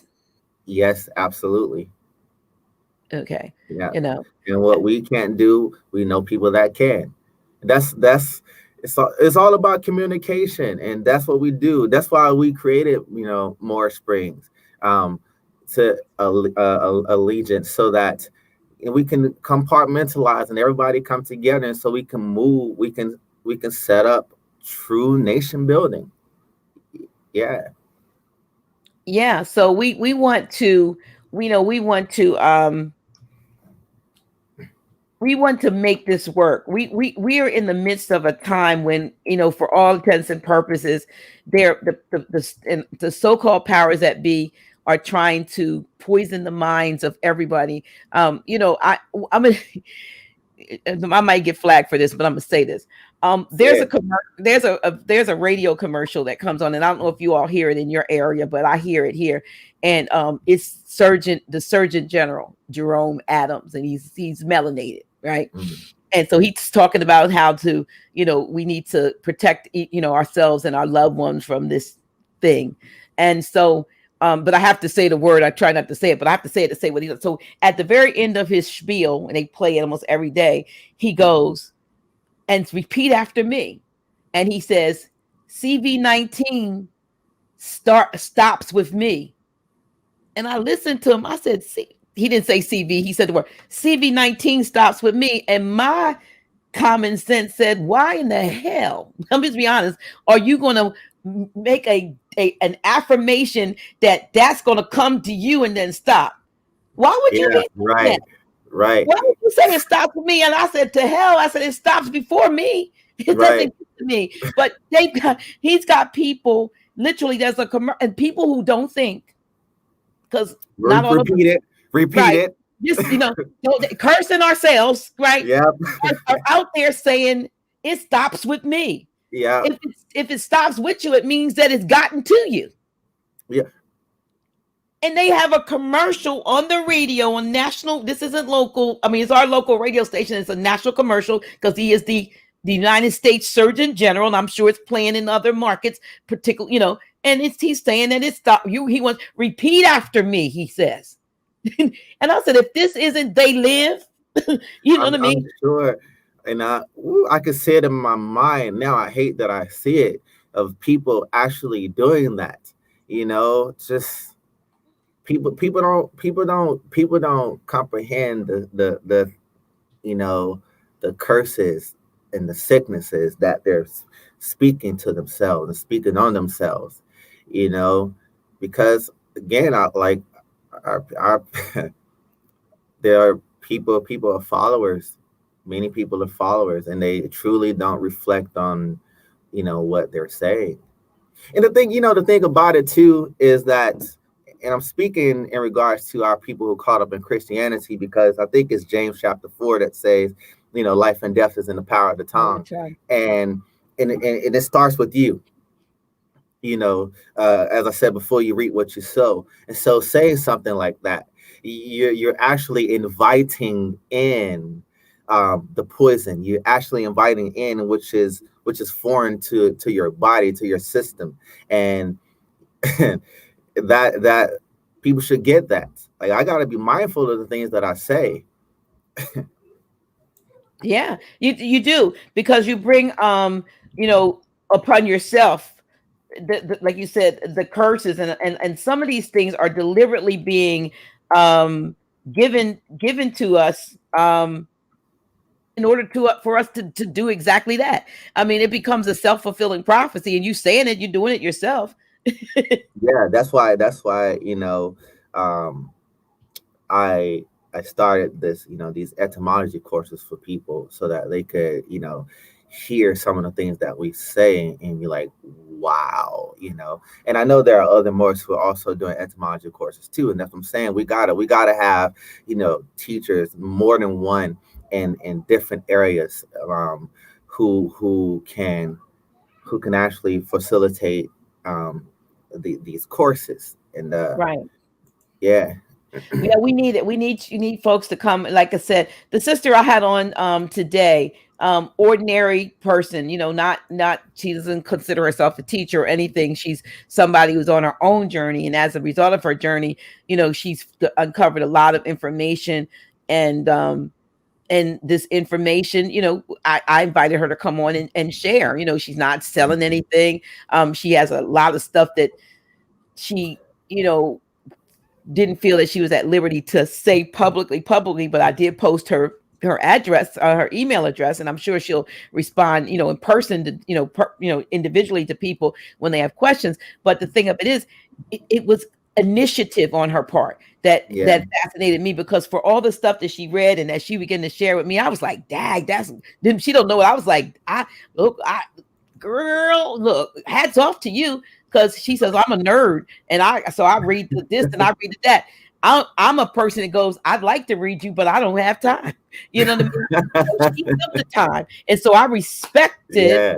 and still respect to this day that her efforts. And as a result of that show, I got a call from somebody else who got something else for me Yeah. to Yeah. give to, and I invited that person to come on the show, and they Yeah. said, nope, I don't want to come on the show, but I want to get that information out. Mm, So, mm. they said, you can use it, you can put it on your flash drive. So finally, I'm probably going to be able to update the flash drive with something very, very valuable from this Listen. person that just called me just this evening. So I'm saying Mm. people see stuff. And Wise Bay, you'll like this. If he's still listening, he'll know. But people see what we're trying to do, and they say, look, hey, you can have this information. You know what I mean? I've got this, and you can take it and get it out to people any way you see fit. And so we need to get to the place where we can give freely of our time and our talents and our thoughts and everything for the uplifting of fallen humanity. When I was given the challenge to reawaken minds, and when I was a pastor, an apostle, and I was giving people all of this dogma in sincerity, I was not insincere in I was being sincere in my um giving of the dogma. But I did that freely. So when I woke up, I had to give people truth.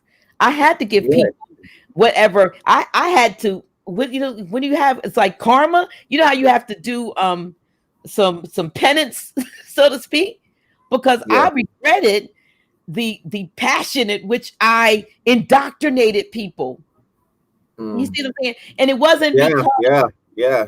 yeah, because it was, so when you come back with something like, I've come into in the last 9 years, they look at the time I didn't have what I have now, but they looked at me like she is crazy, and all I could think was I was too good at my job, because now the very people that I've molded and shaped, the die is cast, and I can't get to them. I can't chip away the dogma that I put on them. They feel like they Look. don't even know who they are, and that they don't need me. They need to find themselves, because it's all in there. And that's what this thing has done for a lot of people, I think, is brought them to a place of self-sufficiency, because they couldn't run to those places, those churches, mosques, and synagogues every week.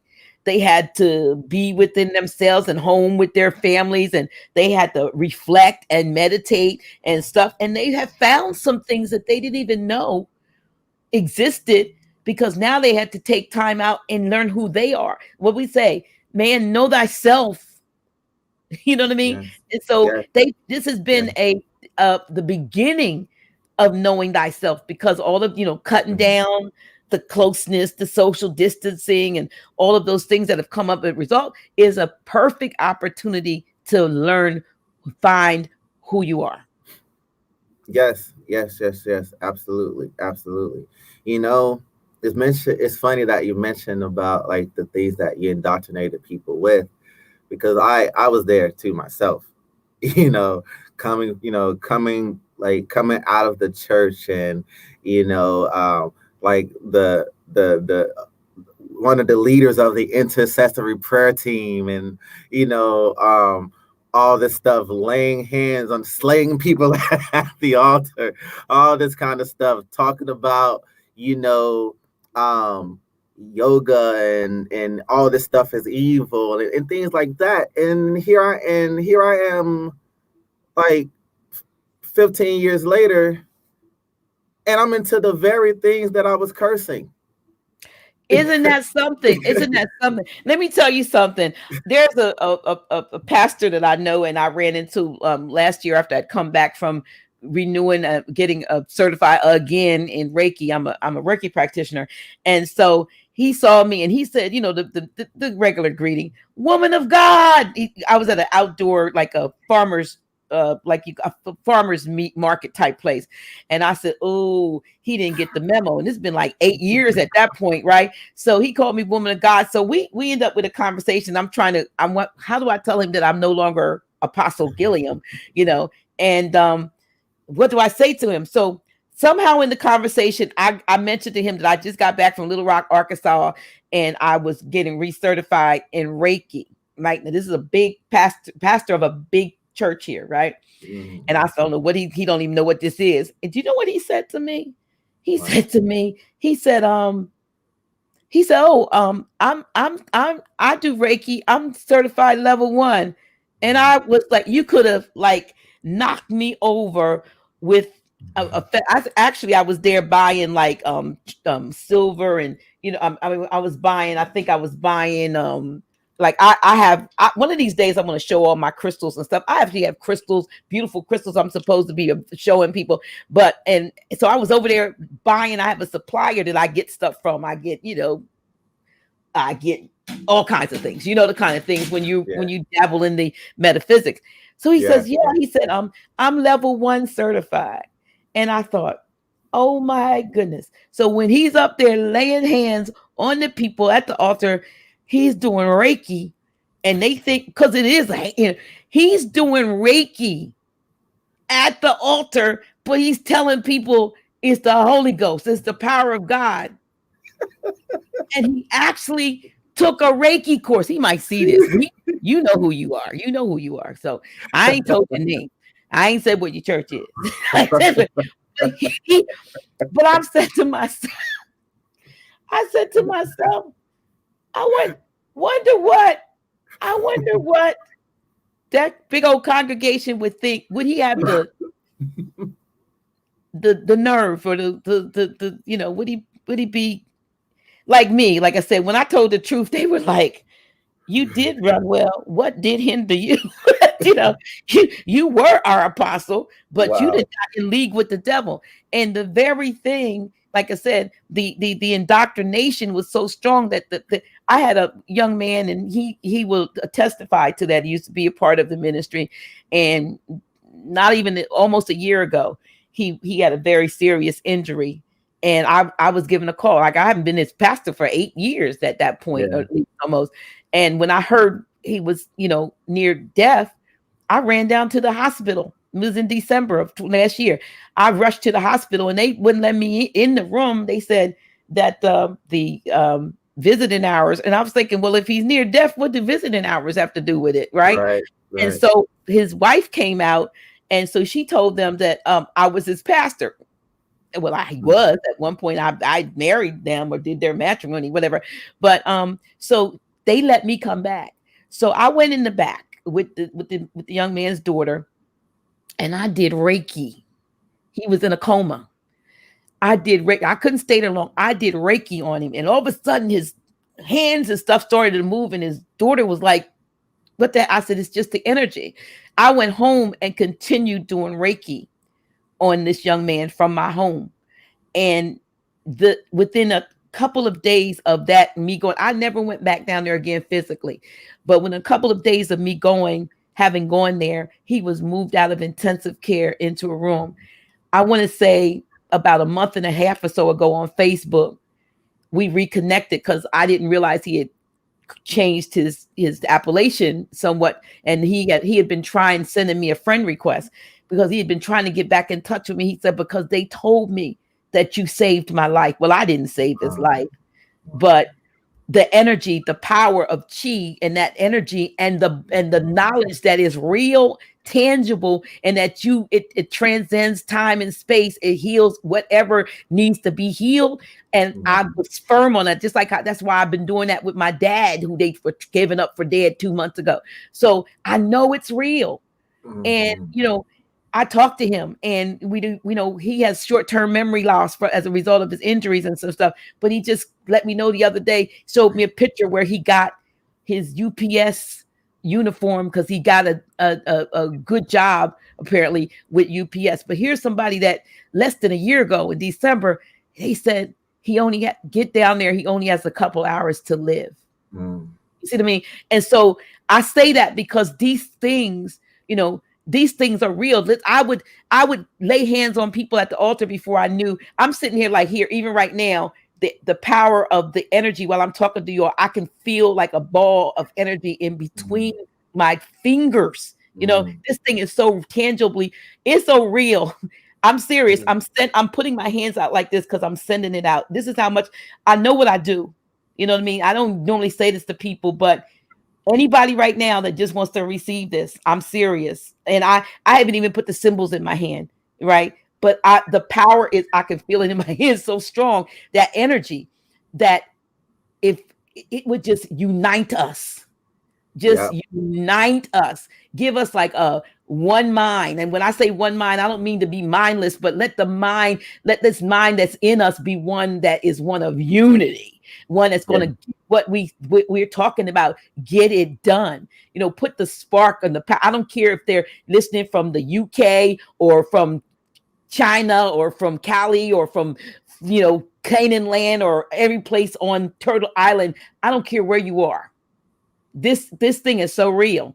And I feel it. I feel like my hands are absolutely on fire. And I wasn't expecting this. But what I'm saying is that this is coming from love. This is because the same way we talked about how we need to be able to communicate heart to heart, mind to mind, so that when this system shuts us out, we're still connected, and we know we are. We're connected, but we don't know we are. I would that you would know. I would that you know that you know beyond a shadow of a doubt that we can do anything. Yes. Anything. I feel like electricity is running through my fingertips. Yes, absolutely. And they denounce it. They denounce it in the churches and the mosque and the synagogue, and it's the same power. It's just energy. It's not religious. It is the chi of the earth and from above, as above, so below, that is available.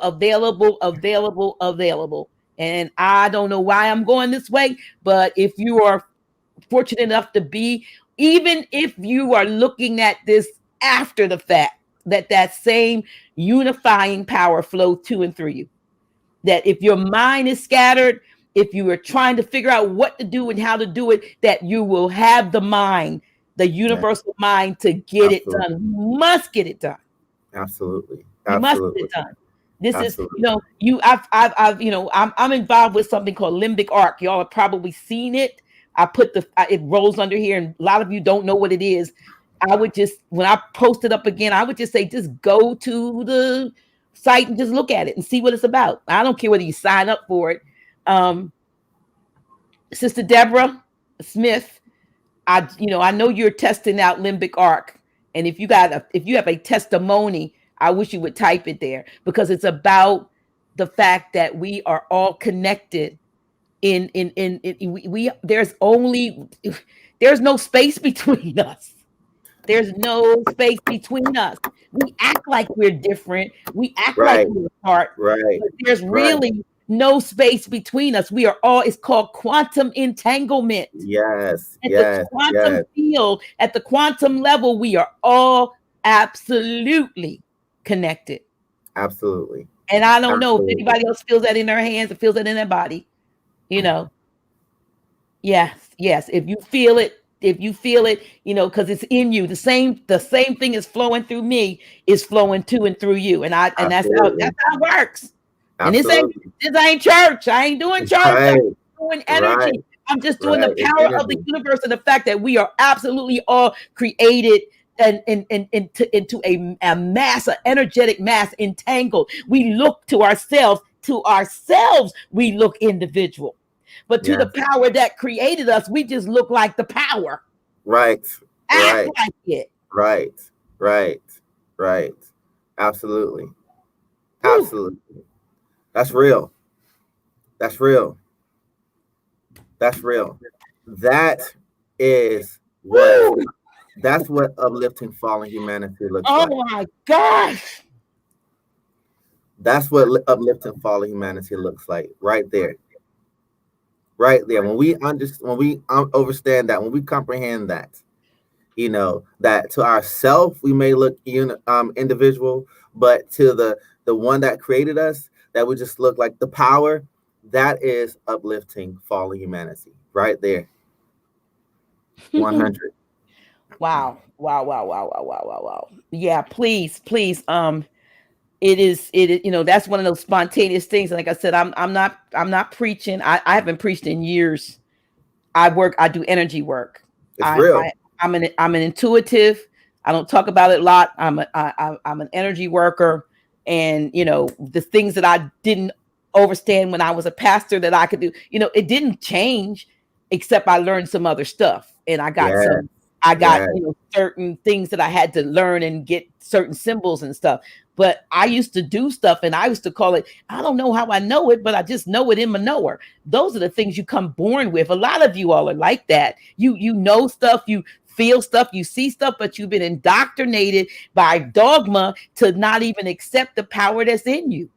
Yes. So you still Yes. looking for something to happen for you instead of something happening by you, because of you, Right.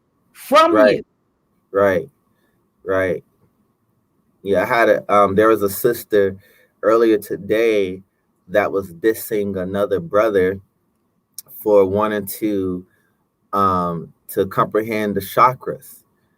And she was started bashing him because she's a follower of Yeshua, Yahusha, and started dissing him like, oh, why the chakras are of the devil. And I was like, that's and I told her, I said, that is a comment from someone that does not understand self.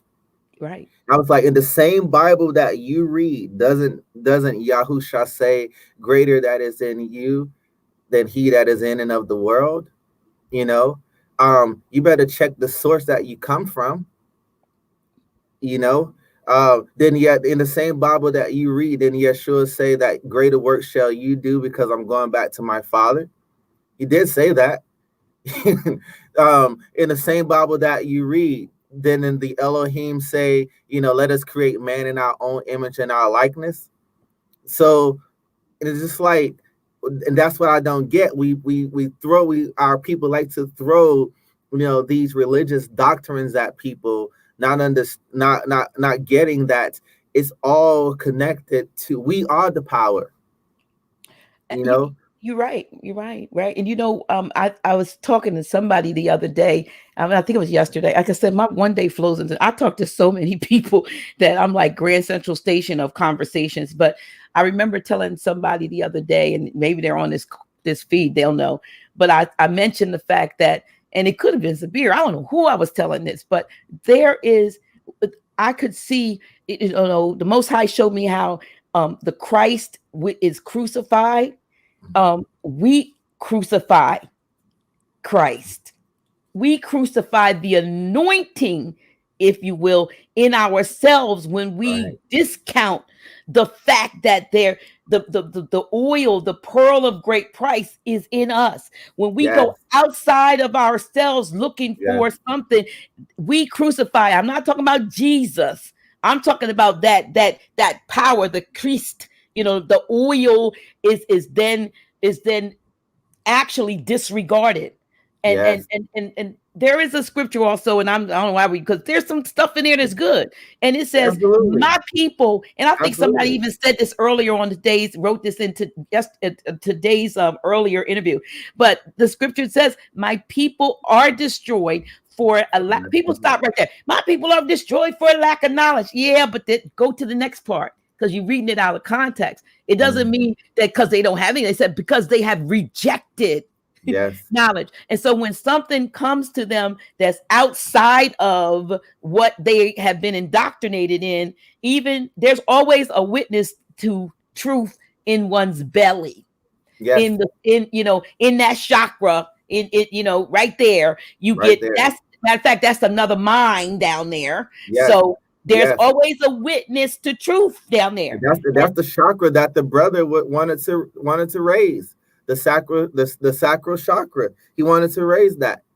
And she started dissing him on that. I was like, you girl. Well, when at the solar plex, that center chakra, in belly, the solar plex is, that's where you feel it, like you say, I feel it in my gut. You know what I mean? And but that's a mind down there. There's a feeling, thinking, we have a gut feeling. We have gut knowledge, and so when truth comes and revelatory truth comes to people and it's contrary to what it is that they've been indoctrinated in, they try to do what metaphysically, what it means in the Bible, when Joseph found out that Mary was with child, it says that he was minded to put her away privately. In other words, when we become pregnant with purpose, anointing, and some great thought or something that good thing I could do, there is something in us inertly like a Joseph that says, I got to take you down to Egypt and hide you. I can't let you be born. I can't let that truth, I can't let that knowledge, I can't let that light come out, because what will people say? Because they know who you've been all along, and now all of a sudden you're going to pop up and you got some great wisdom, because you know what? Now is the time. It's the pearl of great price. It's a treasure hidden in an earthen vessel. Break it open. Be who you came here to be. And I'm still not preaching, y'all. I'm just telling you, this is real, raw truth. I was a damn good preacher. And I've sat on it. I've said I'll never preach again, but I won't stop with my passion for telling people the truth. Right. Absolutely. Yes. That's real. So this has been amazing. I had to come out of my shell. And you see what you done to me? I had to come out of my shell because I've been sitting in the background for a long time, promoting, pushing other people. But I know that I have something to give people, and that the people that I'm led to invite on the show, they have something to give, and iron sharpens iron. And this has pulled something out of me today that I didn't expect to have pulled out, but it's all for the good. It's all for the good. And I want, in these last few minutes, because time is flying, and I talk far more than I wanted to talk. I had to bring you back because we're gonna have to follow up, because I'm hoping that you'll come on, and you and Brother Jaleel, to talk about the response that has come about from those who see this video and reach out to you. I'm gonna make sure I put up the contact links again, because we need to know that people are going to be sending you all emails and so forth, and saying, hey, I do this, I want to do that. Anybody that wants to, and I'll put my email, anybody who is interested in, like I said, I give thanks to Sister Deborah Thompson Bay in Arkansas, Little Rock, for enlightening me to mastermind groups, but that I've gone on to study and doing some more study on them. But if anybody's interested in maybe joining in a mastermind group, I will put my email up. You can send me your contact information, like your phone number and your name, and I'll have your email when you send me the email. But let me know. And as soon as the group starts, I'm ready to start it, then you'll be contacted. But in the meantime, if you have skills and you want to give them over to what will be the building, the rebuilding, the reconstruction of our, they had a reconstruction. And I don't know why they called it reconstruction, because it would suggest that they had something before. It was actually a construction project from the ground floor and was covering up some existing architecture. Right. It was up. So we need a reconstruction. We need to reconstruct our original greatness, and we need to do it before this fight that's going on between them and them. Right. Makes us, we become the victims of this war. I mean, they fighting over your estate, but if I had to go one way or another, it wouldn't be blue. That's what I'm saying. Because I know too much. I was one of those, red haters the last 40 years around, but I was, you fooled me once, you fooled me for years. But finally we're in this time of seeing 2020, clear vision. And it's time for us to do something. In the last 5 minutes, I'm going to shut up. I want you to close us out. And thank you for pulling out, but my fingers went back to normal. Thank you. No, it wasn't me. I don't want to take credit for that. Much esteem to the Most High, for sure, for everything, for our existence, and everything that we are. So I don't want to take credit for that, but I'm very honored to be in the midst at this present time. That is for sure. I thank you. I truly thank you. I'm honored of you. Truly, truly, truly grateful of you. I don't take it lightly. Definitely have to give a shout out to to the great Noble Jaleel-Hu. Thank you. To the Amir Tariq Bey. Just cannot not give credit to Tariq Bey. And my mom, of course, just my mom and dad, actually my mother and father, much love to them. And my brother Jaleel-Hu L. I have so much respect for brother. As I mentioned before, I learned a lot from him. That's the business guy. He's the guy with the business brain. I'm more so, I have my own brain to the things that I'm passionate about, music and art and, language and things like that, but when it comes to business and organization, that's the man. That's the man right there. So yeah. And shouts out to everybody who's paying attention. Thank you so much. Thank you so much. Thank you. Thank you again. I think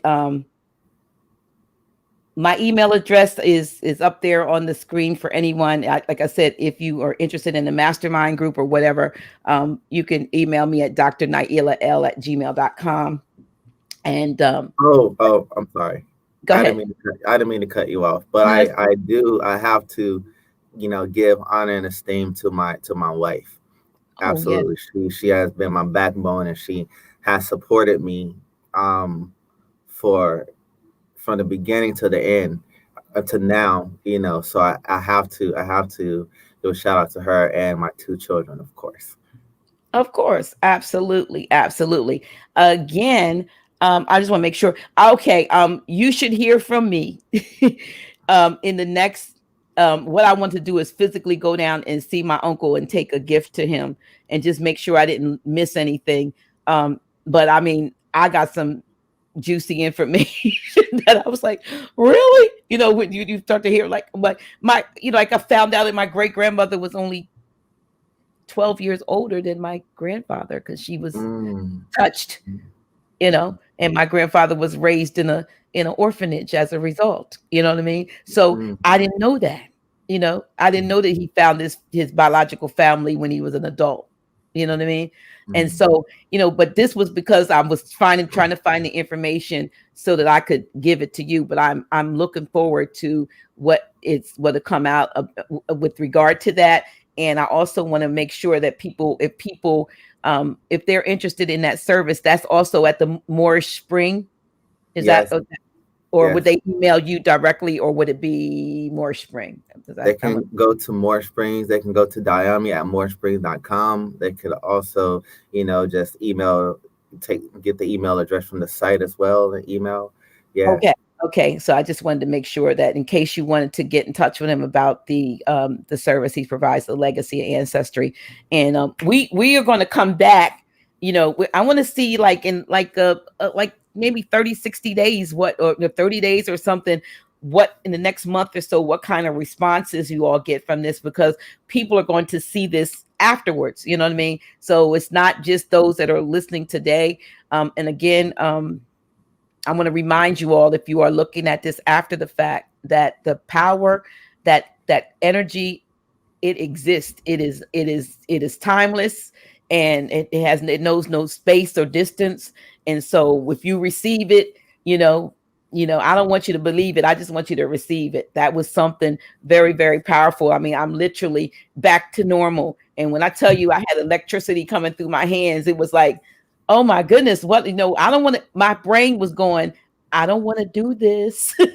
I don't want to do this. You never know. I don't, but when you have to do what you have to do, and I think it had to be done. But this has been a fantastic, interview, and it brought me to another level.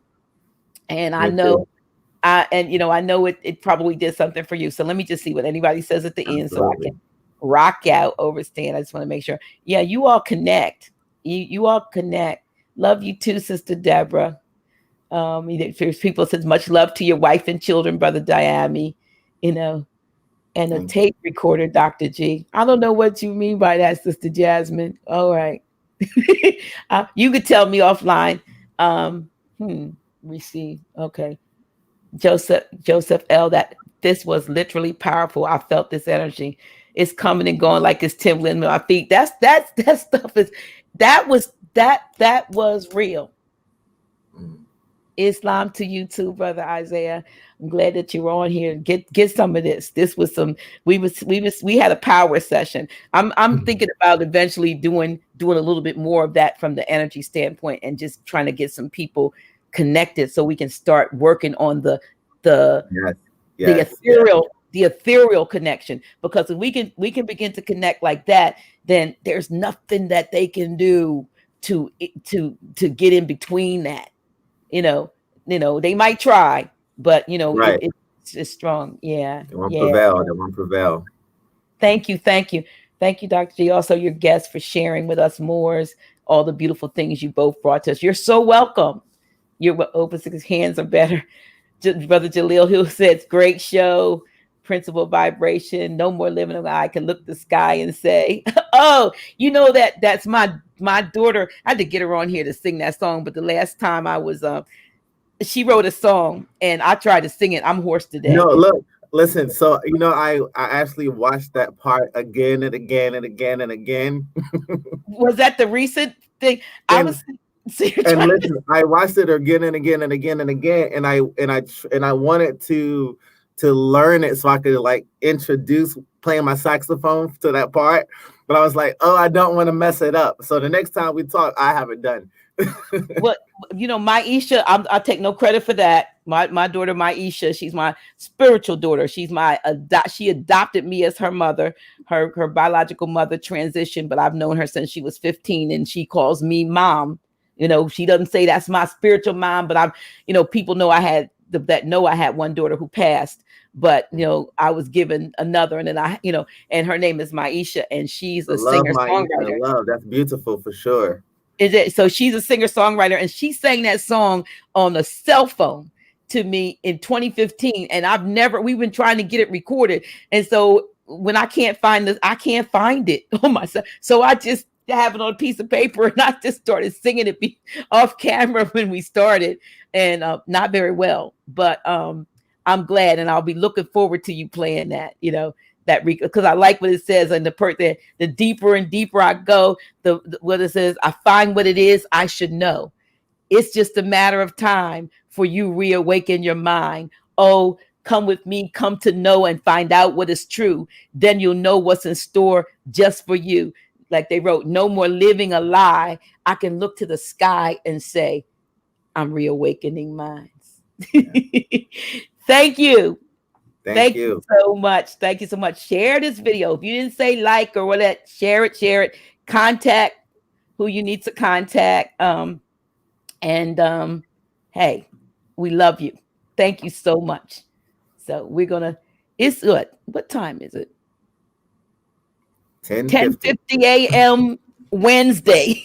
Yeah. Over in China. Thank you so much for taking time to be here. All right.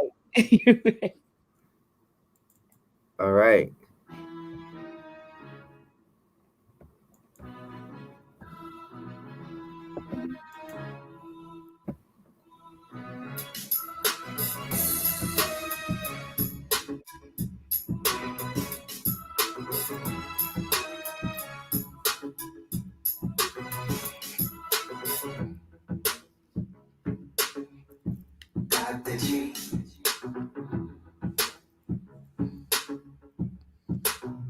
Really? Who's she? Yeah, that's me. Dr. G.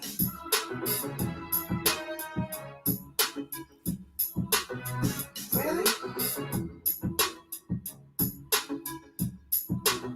Who's she? Yeah, that's me. Dr. G.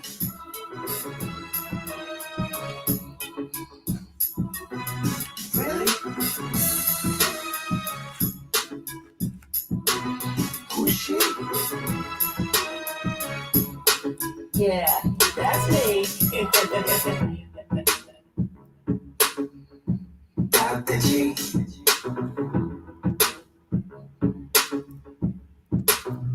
Really? Who's she? Yeah, that's me. Dr. G.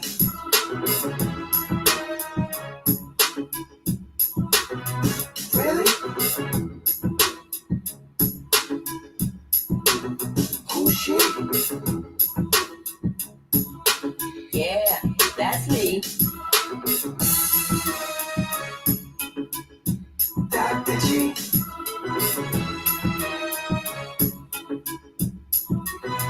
Really? Who's she? Yeah, that's me. Dr. G.